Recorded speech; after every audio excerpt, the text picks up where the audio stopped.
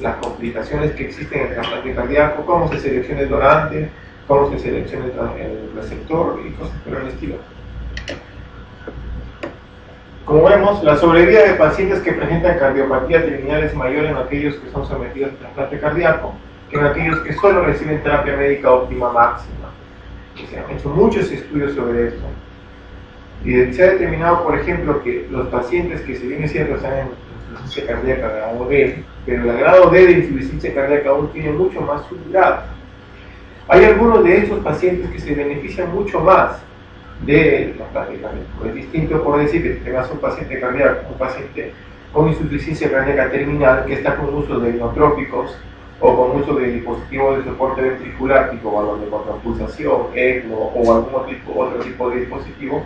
Ese paciente se va a beneficiar mucho más que aquel paciente que está en insuficiencia cardíaca terminal pero que está en casa con múltiples drogas, con furosemide, spironolactona, tanto ribotril, bloqueo, qué sé yo, y camina por ahí unos pasos y se cansa, pero que esté en casa. Ese paciente se beneficia menos del trasplante que aquel que se está postrado en un hospital, en una cama con múltiples asistencias. Ese paciente se va a beneficiar más en comparación con la terapia médica. ¿Por qué le digo esto? Porque el trasplante cardíaco no es la panacea. ¿Cuánto creen ustedes que es la sobrevida del trasplante cardíaco? Mucha gente piensa, me van a trasplantar el corazón, perfecto, debe solucionar mi problema. No, sacas un problema para agregar otro. Si bien es cierto, cambia la clase funcional del paciente. El paciente que estaba en clase funcional 3 o 4 postrado se convierte en clase funcional 1, pero eso no le dura mucho tiempo. ¿Cuánto creen que dura un trasplante cardíaco? Toda la vida. Sí, más o menos, no por ahí. Hay tasas de sobrevida. Se estima en muchos centros, afortunadamente en el hospital, y eso se lo debo mucho a la entrega que tenía el doctor Sotopuco para esto, el trasplante es un cirujano excepcional para esto, desinteresado. La tasa de sobrevida del trasplante cardíaco en nuestros centros es más del 95% al año. En centros a nivel mundial la tasa de sobrevida ronda por ahí 90-95%. Y la sobrevida a 10 años cae al 75% del paciente. El 35% de los trasplantados siguen vivos contra 25% que ya no están vivos. Máximo que a los 15 años el 50% de pacientes trasplantados ya fallecieron. Y la tasa de sobrevida de los pacientes trasplantados es más o menos 50% a 15 años. Hay centros como en Argentina, por ejemplo, que trasplantan, pero que los resultados no son tan buenos, y les publican un resultado de 80% al año de sobrevida. Lo cual no quiere decir que los argentinos sean malos cirujanos cardíacos, son excelentes, pero sus resultados en trasplante no son tan buenos. En Colombia, por ejemplo, sí hacen. Bucaramanga y Bogotá tienen centros que hacen mucho trasplante y tienen muy buenos resultados. El trasplante cardíaco es el tratamiento aceptado para la insuficiencia cardíaca terminal. Ahora se han creado muchos subgrupos en la insuficiencia cardíaca terminal. Hay una definición también para la insuficiencia cardíaca terminal. Y está la clasificación Intermex que la vamos a ver después, que clasifica la insuficiencia cardíaca terminal en 7 estadios, en 7 fases. Y de acuerdo a la clasificación Intermex, el paciente se beneficia o no del trasplante cardíaco. Las recomendaciones de las guías para la indicación de trasplante cardíaco. Como ustedes pueden ver ahí, insuficiencia cardíaca terminal refractaria al tratamiento médico.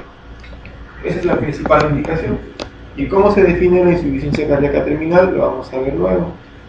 Vemos acá cuáles son las indicaciones para cuando hay insuficiencia cardíaca terminal con compromiso hemodinámico, cuando hay shock cardiogénico refractario. Tenemos un paciente que está en shock cardiogénico y no podemos hacer otro tipo de cirugía. No podemos darle una válvula, no podemos hacer cirugía cardíaca o coronaria, perdón. Y la única salvación es el trasplante, con esta indicación. Shock cardiogénico refractario. Igual dependencia de inotrópicos intravenosos para mantener una adecuada perfusión de los órganos.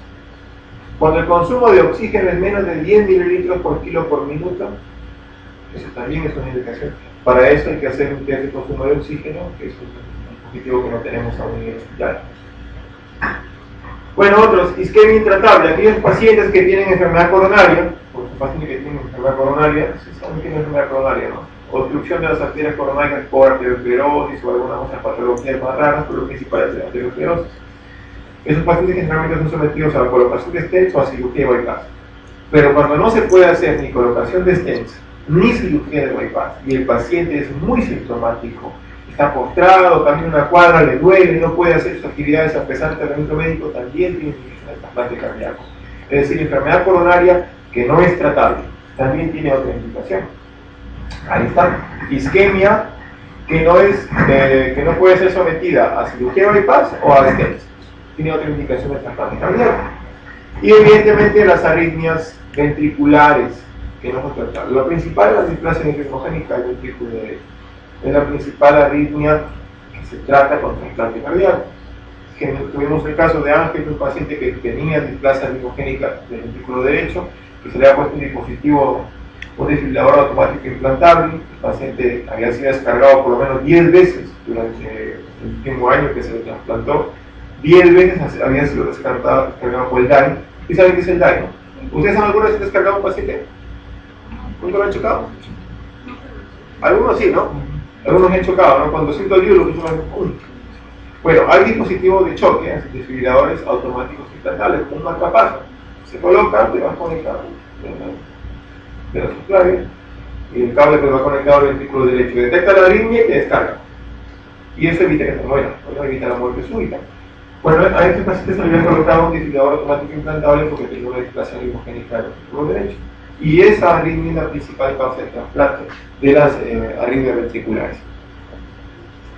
Bueno, ya las indicaciones relativas, bueno, el consumo de oxígeno entre 11 a 14 kilos por minuto, isquemia inestable recurrente que no puede ser sometido a otra intervención. Bueno, lo demás son otras cosas que a ustedes ya no les interesa. Lo que más les interesa es pacientes en falla cardíaca terminal que están con soporte inotrópico para poder lograr una adecuada perfusión de los órganos, pacientes en falla cardíaca terminal que están chocados en choque cardiogénico deben ser trasplantados, arritmias intratables ventriculares, hablamos de la displasia nefrogénica del ventrículo derecho, y luego la enfermedad coronaria que no es tratable, sintomática a pesar del tratamiento médico y que no es tratable ni con cirugía de bypass ni con stent.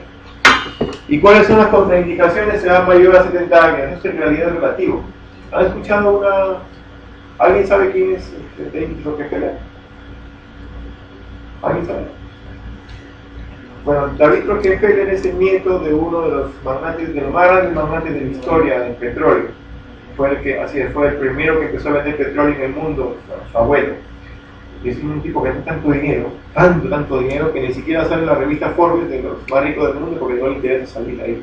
Él se ríe de Bill Gates, de Carlos Slim, cuando es supuestamente más rico del mundo. Tiene 98 años y hace 2 semanas ha sido sometido a su 6º trasplante de corazón. O sea, eso de que la edad mayor de 80 años es una contraindicación absoluta, bueno, depende de cuánta plata tenga. Eso es en realidad, ¿no? O sea, el tipo tiene 98 años y ha sido trasplantado. Pueden buscarlo en internet, no le estoy mintiendo, googleelo a David Rockefeller trasplante. Bueno, hipertensión pulmonar fija es lo que hablaba la doctora. Si la resistencia pulmonar es más de 5 unidades Woods, entonces está contraindicado el trasplante. Cuando la gradiente transpulmonar es más de 15, también está contraindicado. ¿Alguien sabe sobre la gradiente transpulmonar? Creo que lo ya. Bueno, estos parámetros son para ver enfermedad del pequeño vaso de las arterias pulmonares, de los capilares pulmonares. Ustedes saben que cuando hay problema cardíaco, lo que primero se hace es la redistribución de flujo. Entonces, por decir, si tienes falla cardíaca izquierda, hay déficit en la contracción del ventrículo izquierdo, ¿verdad? ¿Qué va a hacer? Se va a aumentar la presión de llenado de la aurícula izquierda, ¿verdad? Ustedes saben que la aurícula izquierda ¿dónde drena? En el ventrículo izquierdo. Si el ventrículo izquierdo no puede bombear adecuadamente la sangre que le lleva a la aurícula izquierda, ¿qué hace? Se va quedando en la aurícula izquierda. Eso aumenta la presión de la aurícula izquierda, que nosotros le decimos aumento de la presión de puña, aumento de la presión capilar de la aurícula izquierda, y es directamente proporcional a la presión de fin de diástole del ventrículo izquierdo. O sea, el ventrículo izquierdo se llena completamente, esa presión de fin de diástole es exactamente igual a la presión de la aurícula izquierda, que es igual a la presión de los capilares pulmonares. venosos, no arteriales. O sea, los capilares, por eso que le llaman presión capilar, presión cuña, presión de la aurícula izquierda. Entonces, al aumentar la presión de la aurícula izquierda, aumenta la presión capilar venosa pulmonar. Entonces saben que la arteria pulmonar llega hacia el intercambio capilar y salen las venas pulmonares que llegan hacia la aurícula izquierda. Aumenta la presión venosa pulmonar, por ende aumenta la presión transcapilar, ¿cierto? Esa presión transcapilar es el que se está ahí, gradiente transpulmonar. Cuando ese gradiente es más de 15, quiere decir de que como hay tanto gradiente hacia atrás, la arteria pulmonar ya ha reaccionado tanto que también ha aumentado su presión.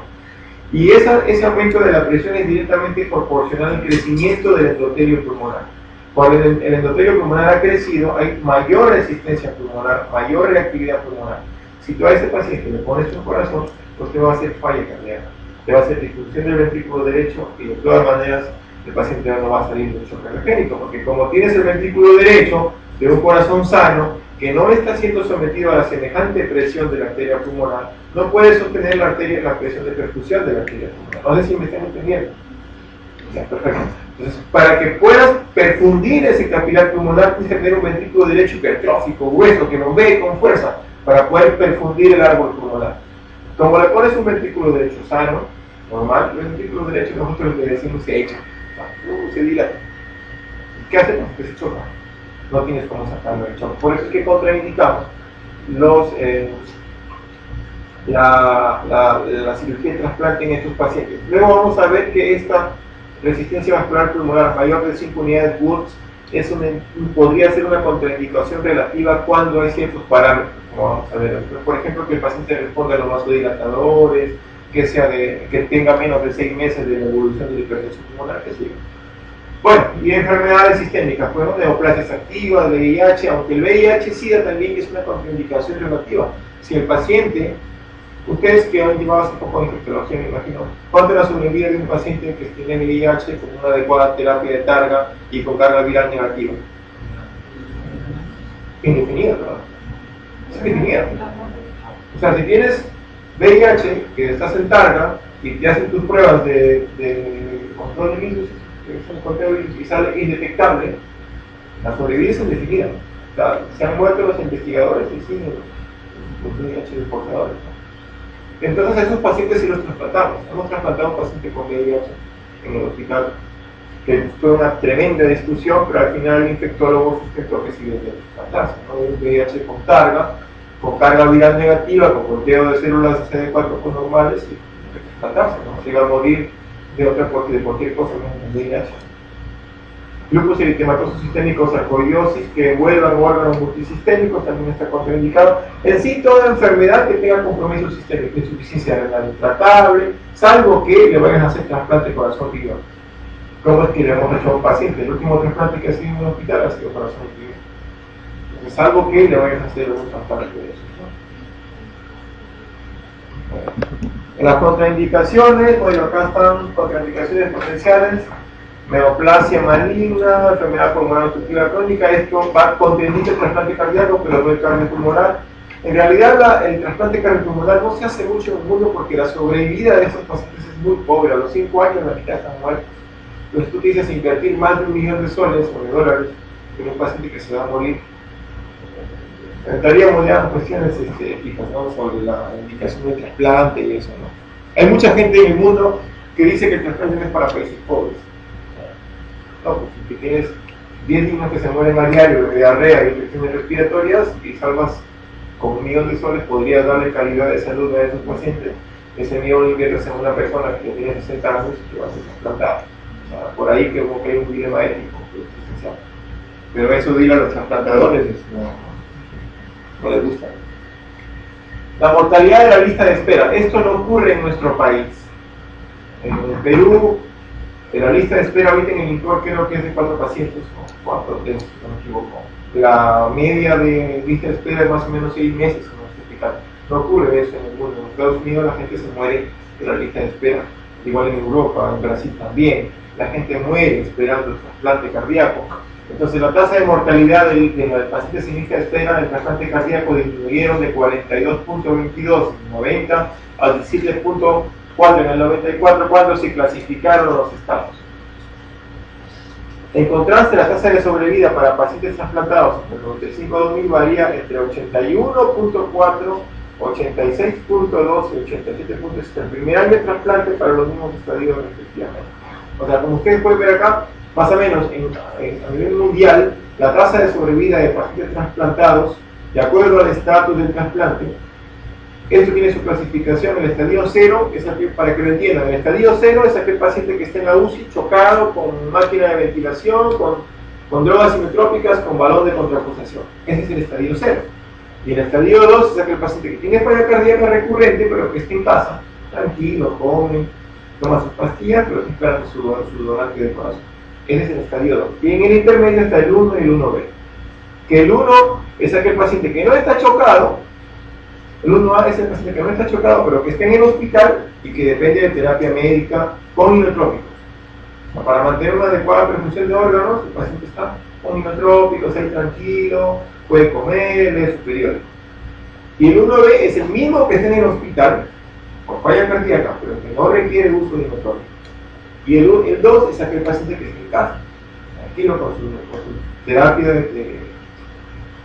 médica óptima para la falla cardíaca. Aquí nos falta el estadio 0. El estadio 0 es aquel paciente que está, que nosotros le decimos urgencia 0, que está chocado con inotrópicos y con algún dispositivo de asistencia ventricular, sea balón de contrapulsación, sea ECMO, o sea algún ventrículo assisted device, como vamos a ver después, los dispositivos que ahora están de moda. Bueno, las complicaciones del trasplante cardíaco son el rechazo hiperagudo, el agudo, el rechazo agudo vascular, el rechazo agudo moral. El agudo puede dividirse en estos dos, y el más frecuente, que es el rechazo crónico, que es la enfermedad vascular del injerto, que es parecida a la enfermedad coronaria. O sea, el rechazo crónico, que es el más frecuente y es el predictor de la sobrevida del paciente. Aquel paciente que sobrevive más de 10 años es porque no ha hecho rechazo crónico, es decir, las arterias del nuevo corazón no se han ocluido. Esa es la principal causa de muerte de los pacientes, la enfermedad vascular del injerto. Bueno, el rechazo hiperagudo se debe a anticuerpos preformados del receptor. O sea, el receptor tiene ya anticuerpos preformados que están circulando por algún motivo, le pones el injerto del corazón, detecta que es un órgano extraño y lo quiere destruir. Eso es un rechazo hiperagudo, ya que están formados con antígenos ABO o con HLA. Por eso es que esto es muy importante. Todos los pacientes les hacen estos estudios de HLA y de antígenos ABO antes de trasplantarlo, pero el resultado sale después de que has hecho el trasplante.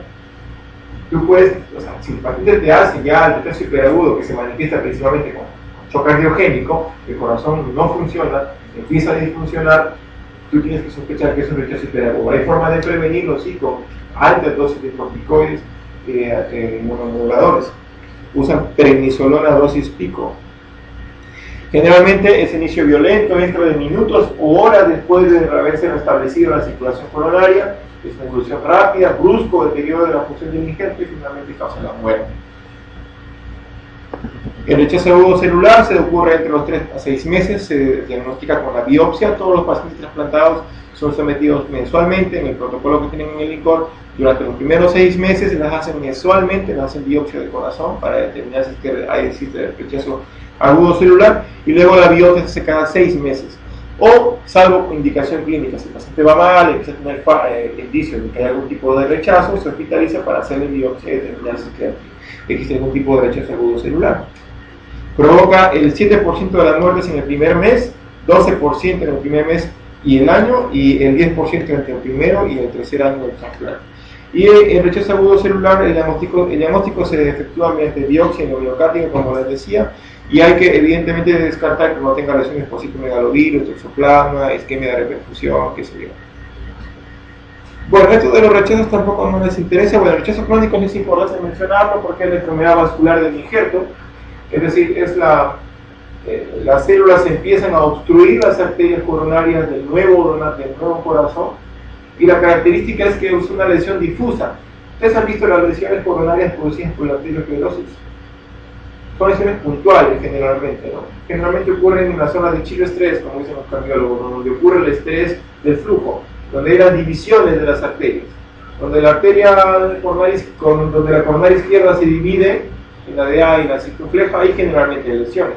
O donde la arteria descendente anterior da alguna rama diagonal, ahí en ese origen generalmente hay obstrucciones. Porque es la zona donde hay choque del flujo con la pared de la arteria, y generalmente es lo que se enferma más y produce ahí la obstrucción. En el rechazo crónico del trasplante no, la lesión es más difusa. Generalmente es toda la arteria la que se obstruye en forma homogénea. Es por eso que no se puede hacer bypass ni colocar stents. Porque si fuera una lesión localizada, bueno, le pones un stent o le pones un bypass y no hay problema. En el rechazo crónico del corazón donante no ocurre eso, la lesión es mucho más difusa y es generalmente el predictor de mortalidad a largo plazo del paciente. Se hace el diagnóstico con coronariografía o IBUS. El IBUS es el ultrasonido intravascular que se usa en coronariografía. Patogenia, bueno, hay factores inmunes como la discordancia de HLA, activación del linfocitos T, activación del endotelio, las citoquinas en cuerpos y lechoso humoral. Y no inmunes como la hiperlipidemia, el citomegalovirus, la diabetes también contribuye, y la cardiopatía isquémica previa. Bueno, ¿qué prevención para el rechazo crónico? Las estatinas, fibratos, diltiazem, antioxidantes como la vitamina C o E. Y bueno, los agentes antiproliferativos como el sirolimus y el verolimus que están de moda. A todos los pacientes ahora les dan eso. Antes usábamos ciclosporina, que era mucho más barato, pero ahora como nuevo protocolo están dándole sirolimus y verolimus, que por ejemplo está indicado en pacientes que tienen insuficiencia renal. El tratamiento, básicamente cambios en la inmunosupresión. Si es que se puede hacer tratamiento percutáneo, se puede intentar colocar stents, cirugía en casos seleccionados, pero la principal cirugía en estos pacientes es el retrasplante. Es lo que le he hecho a David. Ahí pueden ustedes estudiar el trasplante cardíaco y evolución. Al tipo lo trasplantaron a los 32 años de edad y a los 98 es su sexto trasplante. Entonces eso le demuestra más o menos cuánto puede durar un trasplante.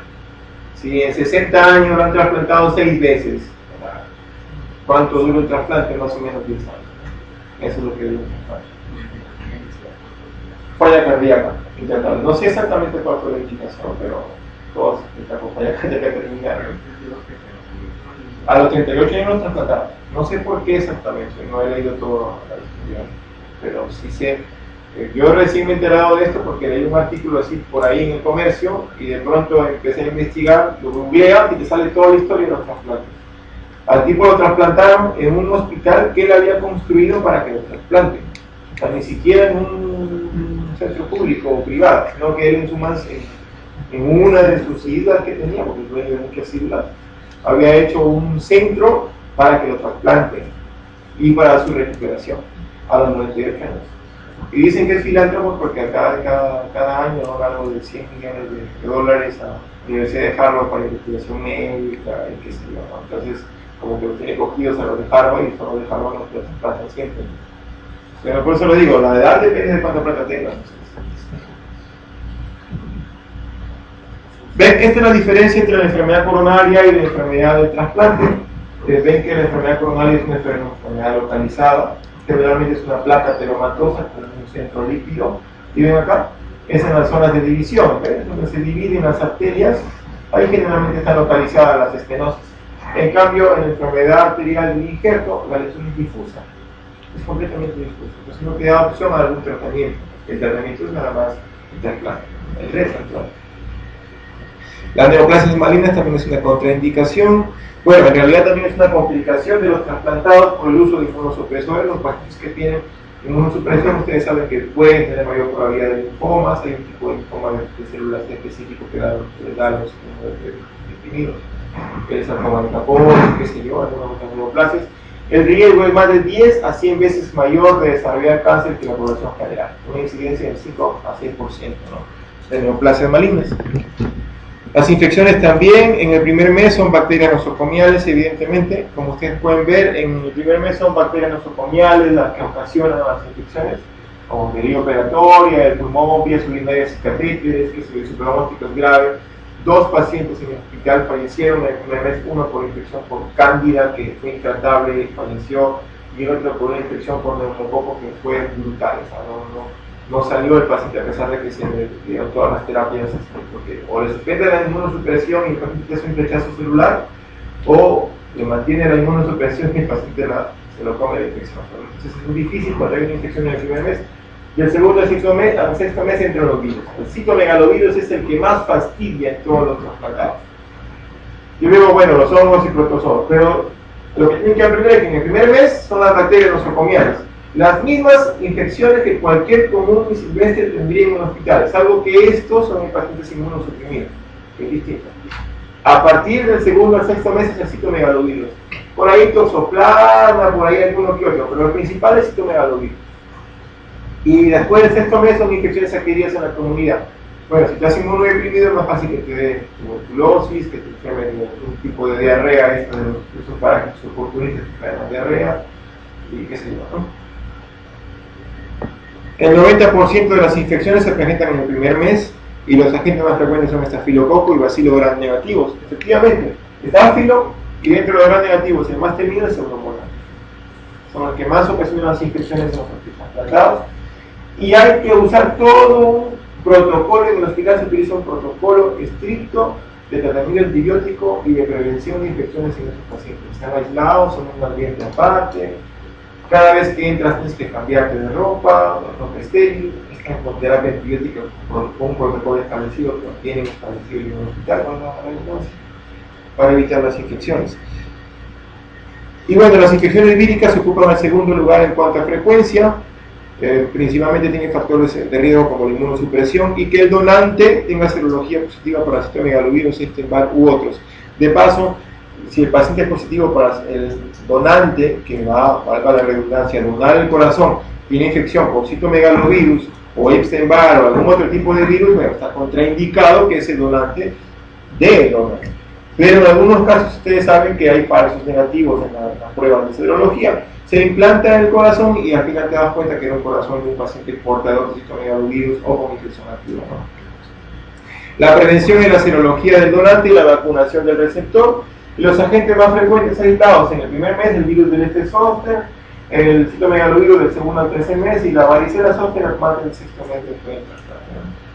Recuerden, primer mes, bacterias comunes y silvestres que están ahí en el hospital, son los que causan la infección. Después del primer mes vienen los virus y los protozoos. El principal virus es el virus del citomegalovirus y de los protozoos el toxoplasma, son los más frecuentes. Y después ya vienen las bacterias de la comunidad.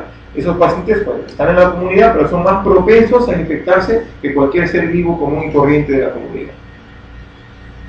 Las infecciones fúngicas son las menos frecuentes, son del 2 al 15%. Las micosis invasivas tienen una alta mortalidad. Creo que si no es en un común y corriente paciente que tiene una infección fúngica dentro de una UCI, la mortalidad es altísima. Si a esto le agregas inmunodepresión, la mortalidad es mucho mayor. ¿Cuál es la mortalidad de una septicemia por cándida? Es altísima. Yo no tengo un dato, pero me imagino que debe ser por encima del 50%. Si eso le ocurre a un paciente que es trasplantado, la mortalidad puede llegar hasta el 100%, evidentemente, ¿no?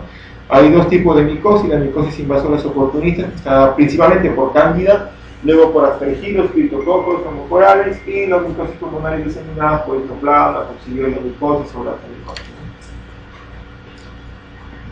Otras complicaciones son la disfunción renal, que el principal factor de riesgo para que el paciente trasplantado tenga disfunción renal es que tenga insuficiencia renal previa, ¿no? La circulación extracorpórea, como ustedes saben, es un factor de riesgo. Mientras más tiempo el paciente está en sed, mayor disfunción de órganos. Los inhibidores de la calcineurina, como la ciclosporina, tienen alta incidencia de falla renal. Y evidentemente hay que cambiar la inmunosupresión a rapamicina. Bueno, la rapamicina no se usa mucho, ahora se usa verolimos, que son para pacientes que tienen insuficiencia renal. Y bueno, en hipertensión, bueno, los inhibidores de la calcineurina o los IECAS y los beta-bloqueantes también pueden estar indicados en hipertensión. Esta es la sobrevida de pacientes. Este cuadro lo tomé de la revista española de cardiología, que sacó una revisión hace poco del infarto cardíaco. Ustedes pueden ver ahí, la sobrevida varía mucho en los centros que trasplantan. En nuestro hospital al año la sobrevida es 95%. No quiere decir de que sea así en otros centros, mucho menos.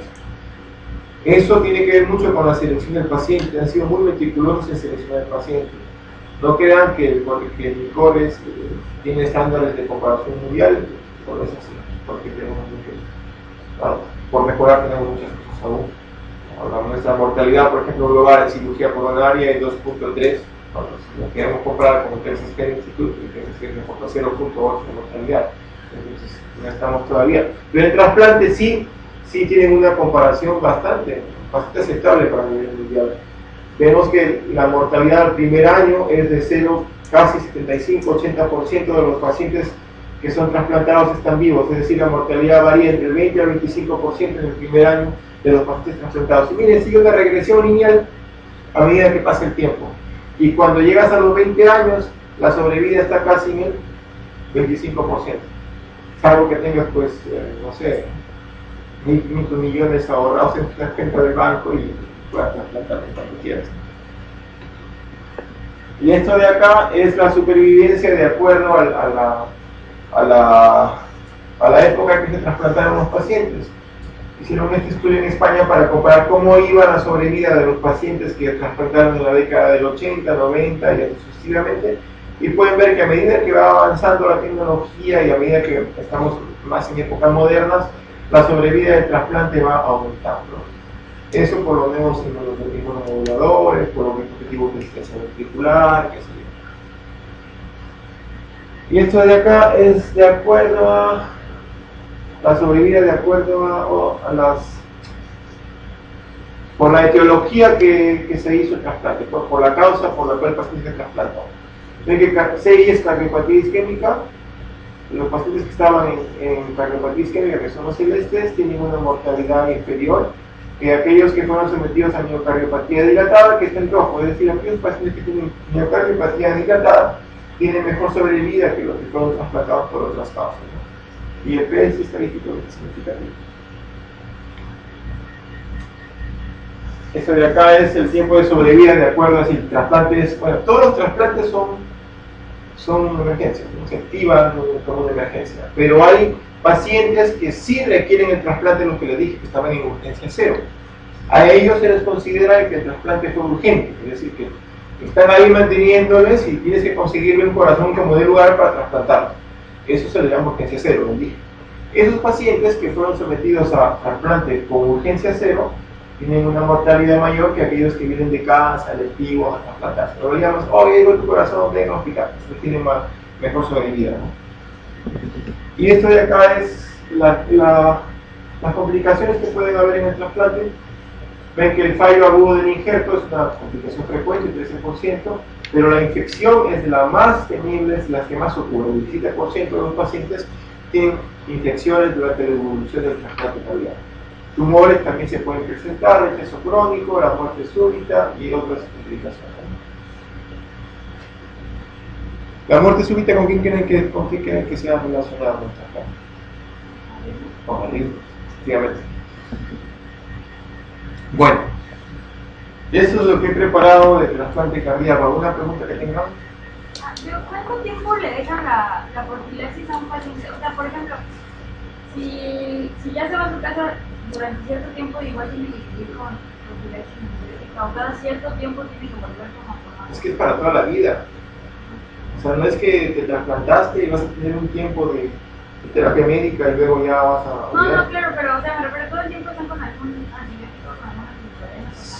Sí, van a ser sometidos a cualquier procedimiento médico, ya sea por decir una biopsia, una extracción dental, una limpieza dental, una endoscopia, una colonoscopia, cualquier procedimiento invasivo que el paciente vaya a ser sometido debe tener antibiótico profilaxis.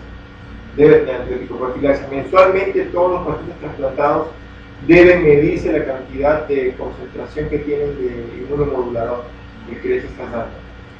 Deben medirse. Evidentemente que los primeros 6 meses son los que uno más atención tiene. El protocolo nuestro es que las biopsias de corazón son cada mes durante los primeros 6 meses.